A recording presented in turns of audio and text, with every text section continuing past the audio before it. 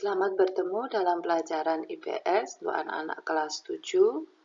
Semoga hari ini kalian selalu sehat dan semangat untuk belajar bersama Bu Sulis. Hari ini kita akan mempelajari tentang dinamika kependudukan Indonesia. Jika kita belajar tentang kependudukan Indonesia, kita sering mendengar tentang istilah demografi. Apa itu demografi? Demografi adalah ilmu pengetahuan yang mengumpulkan serta menyelidiki catatan-catatan dan statistik penduduk untuk mengetahui segala sesuatu yang berhubungan dengan perkembangan kepadatan, kematian, kelahiran, perpindahan, dan penyebaran penduduk. Anak-anak, Indonesia adalah negara kepulauan dengan potensi sumber daya manusia yang sangat besar. Jumlah penduduk tersebut merupakan hasil dari dinamika penduduk. Dinamika penduduk adalah perubahan jumlah penduduk pada suatu wilayah yang disebabkan oleh 3 faktor, yaitu kelahiran atau natalitas, kematian atau mortalitas, dan perpindahan atau migrasi.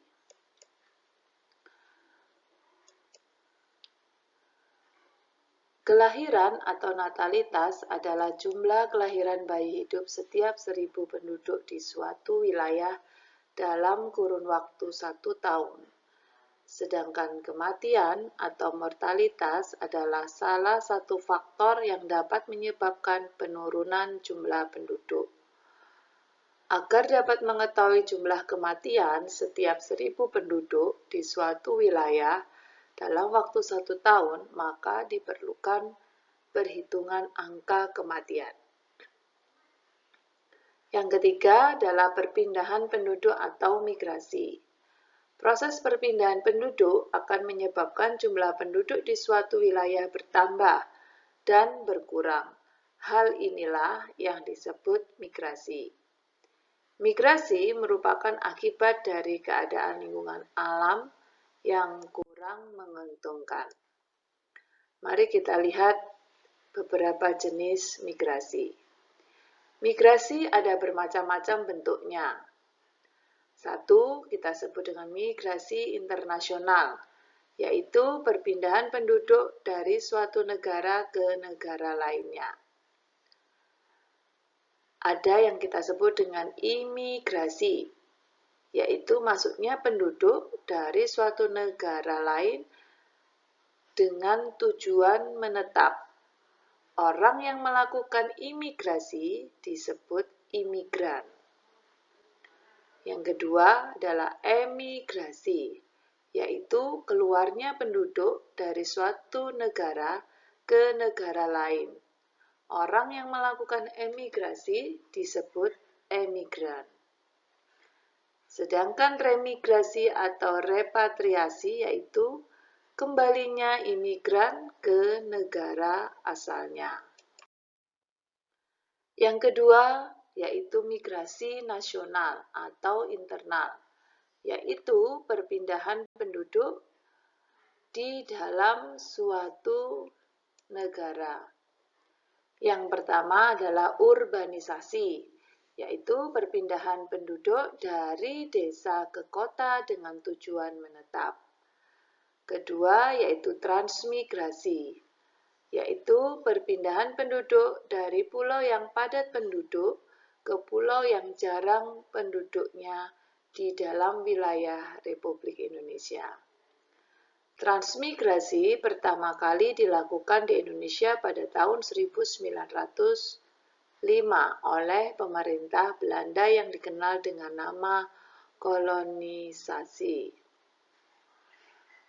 Transmigrasi ada yang disebut transmigrasi khusus, yaitu transmigrasi yang dilaksanakan dengan tujuan tertentu, seperti penduduk yang terkena bencana alam dan daerah yang terkena pembangunan proyek.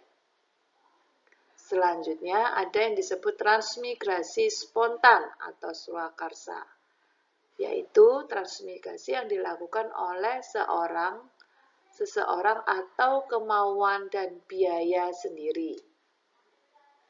Selanjutnya transmigrasi lokal, yaitu transmigrasi dari suatu daerah ke daerah lain dalam provinsi atau pulau yang sama. Dan berikutnya transmigrasi umum, yaitu transmigrasi yang dilaksanakan dan dibiayai oleh pemerintah. Terakhir kita sebut dengan ruralisasi, yaitu perpindahan penduduk dari kota ke desa dengan tujuan menetap. Ruralisasi merupakan kebalikan dari urbanisasi. Selain jenis migrasi yang disebutkan di atas, terdapat jenis migrasi yang disebut evakuasi. Evakuasi adalah perpindahan penduduk yang terjadi karena adanya ancaman bahaya perang, bencana alam, dan sebagainya. Evakuasi dapat bersifat nasional maupun internasional. Nah, yang pertama kita akan membahas jumlah penduduk. Indonesia memiliki jumlah penduduk yang sangat besar. Dari data kependudukan tahun 2015, jumlah penduduk Indonesia menempati urutan keempat di dunia. Yang pertama Cina, kedua India, ketiga Amerika Serikat, dan keempat Indonesia. Jumlah penduduk ini adalah akibat dari dinamika penduduk. Nah, selanjutnya yang kedua, pensebaran penduduk. Pensebaran atau distribusi penduduk adalah bentuk penyebaran penduduk dari suatu wilayah atau negara. Apakah penduduk tersebut tersebar merata atau tidak? Pensebaran penduduk dapat dikenal dari kepadatan penduduk. Kepadatan penduduk merupakan indikator adanya perbedaan sumber daya yang dimiliki suatu wilayah. Wilayah yang memiliki sumber daya yang lebih baik tentunya akan cenderung dipadati oleh penduduk. Nah, di layar ada peta penyebaran kepadatan penduduk di Indonesia. Kondisi pensebaran penduduk yang tidak merata merupakan sebuah permasalahan tersendiri bagi pelaksanaan pembangunan. Karena itu, perlu dilakukan upaya pemerataan sehingga seluruh potensi bangsa di Indonesia dapat dikembangkan secara optimal. Salah satu cara untuk memeratakan jumlah penduduk di Indonesia adalah dengan melalui perpindahan penduduk dari daerah yang padat ke daerah yang jarang penduduknya. Nah, perpindahan penduduk tersebut tentu dapat dilakukan dengan keinginan sendiri atau diprogramkan oleh pemerintah. Kamu sudah mengetahui bahwa Pulau Jawa merupakan persebaran penduduk yang paling padat. Yang ketiga yaitu komposisi penduduk. Komposisi penduduk adalah pengelompokan penduduk berdasarkan usia atau umur, jenis kelamin, mata pencaharian, agama, bahasa, pendidikan, tempat tinggal, jenis pekerjaan, dan lain-lain. Komposisi penduduk diperlukan dalam suatu negara karena dapat dijadikan dasar pengambilan pengambilan keputusan ataupun penentuan kebijaksanaan dalam melaksanakan pembangunan.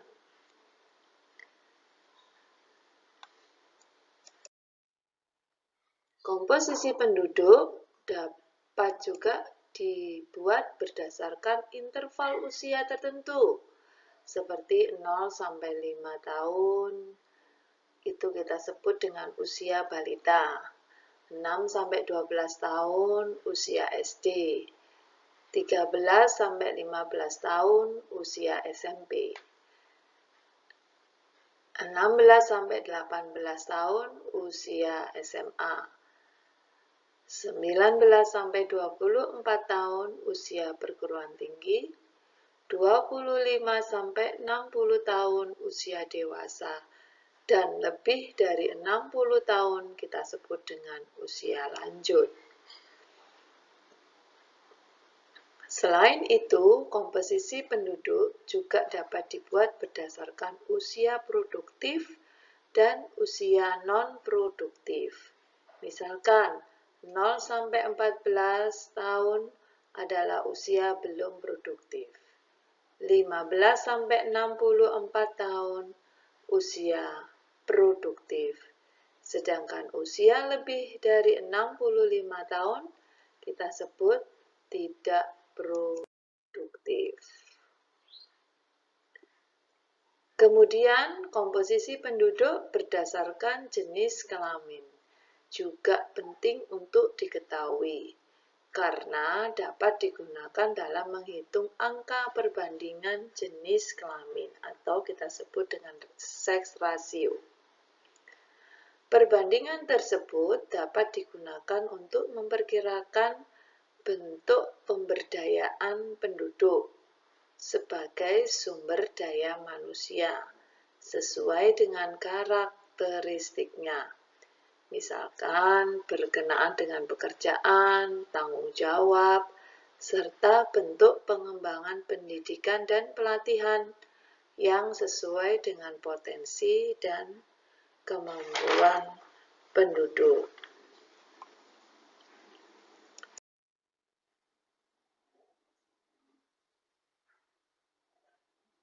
Berikutnya kita akan belajar tentang pertumbuhan dan kualitas penduduk. Perlu kita ketahui, apa sih pertumbuhan penduduk itu? Pertumbuhan penduduk adalah keseimbangan dinamis antara faktor penambah, yaitu kelahiran dan migrasi masuk, dan faktor yang mengurangi, yaitu kematian dan migrasi keluar jumlah penduduk. Kelahiran dan kematian disebut faktor alami, sedangkan migrasi disebut faktor non-alami. Kelahiran bersifat menambah, sedangkan kematian bersifat mengurangi. Migrasi yang bersifat menambah disebut migrasi masuk atau imigrasi, sedangkan migrasi yang bersifat mengurangi disebut migrasi keluar atau emigrasi. Di Indonesia, tingkat pertumbuhan penduduk termasuk kategori sedang. Struktur penduduk di Indonesia lebih banyak pada penduduk usia muda. Hal ini sebagai akibat dari masih tingginya tingkat kelahiran. Tadi di awal kita sudah belajar tentang jumlah penduduk. Indonesia masuk dalam urutan keberapa? Indonesia masuk dalam urutan keempat. Akibat pertumbuhan penduduk yang cepat antara lain sebagai berikut. 1. Pertumbuhan penduduk usia muda yang cepat menyebabkan tingginya angka pengangguran karena tidak diimbangi oleh jumlah lapangan pekerjaan. 2. Pensebaran penduduk tidak merata. Tadi di atas sebelumnya kita sudah membahas bahwa di Indonesia pensebaran penduduk tidak merata, cenderung berkonsentrasi di Pulau Jawa. Mengapa? Karena di Pulau Jawa semua sarana dan prasarana lebih lengkap dibandingkan wilayah lainnya di Indonesia. Nah, pemerintah akan berusaha untuk pensebaran penduduk merata dengan mengadakan pembangunan di segala sektor di setiap daerah. Sedangkan yang ketiga, komposisi penduduk kurang menguntungkan karena banyaknya penduduk usia muda yang belum produktif, sehingga beban ketergantungannya tinggi. Keempat, arus urbanisasi tinggi. Sebab jika urbanisasi tinggi, penduduk desa menuju ke kota, kota harus lebih banyak menyediakan lapangan kerja supaya tidak menjadi pengangguran. Sedangkan yang kelima, menurunnya kualitas dan tingkat kesejahteraan penduduk. Nah, anak-anakku yang terkasih, dengan dinamika penduduk yang begitu cepatnya, maka Indonesia pun banyak keragaman etnik dan budaya. Masyarakat Indonesia merupakan masyarakat yang memiliki suku bangsa dan budaya yang beragam. Suku bangsa sering kita sebut dengan etnik. Menurut Konjaraningrat, suku bangsa berarti sekelompok manusia yang mempunyai kesatuan budaya dan terikat oleh kesadaran budaya tersebut, sehingga menjadi suatu identitas. Jadi, suku bangsa adalah gabungan sosial yang dibedakan dari golongan-golongan sosial, sebab mempunyai ciri-ciri paling mendasar dan umum berkaitan dengan asal-usul serta tempat tinggal, tempat asal, dan kebudayaannya. Keberagaman bangsa Indonesia terutama terbentuk oleh jumlah suku bangsa yang mendiami berbagai lokasi yang tersebar. Setiap suku bangsa mempunyai ciri atau karakter tersendiri. Nah, makanya Indonesia punya keragaman etnik dan budaya sangat beragam dan luar biasa. Anak-anak, kita ketahui di setiap daerah, di setiap suku mempunyai ciri-ciri khas sendiri-sendiri. Setiap daerah memiliki kebudayaan yang khas. Keragaman budaya tersebut dapat diketahui melalui bentuk-bentuk pakaian adatnya, lagu daerah, tariannya, rumah adat, upacara adat, dan lain sebagainya.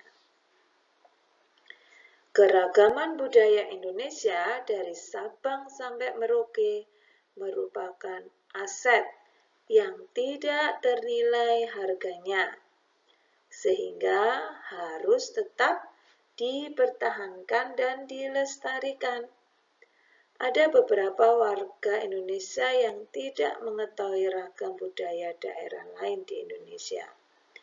Salah satunya budaya melukis tubuh di Mentawai, Sumatera Barat, tindik sebagai tanda kedewasaan, dan masih banyak kebudayaan lain yang belum tereksplorasi. Setiap daerah memiliki kebudayaan yang khas. Tentunya semuanya itu merupakan kekayaan bangsa Indonesia yang harus tetap kita jaga dan kita lestarikan. Anak-anakku yang terkasih, sampai di sini pelajaran tentang dinamika kependudukan Indonesia.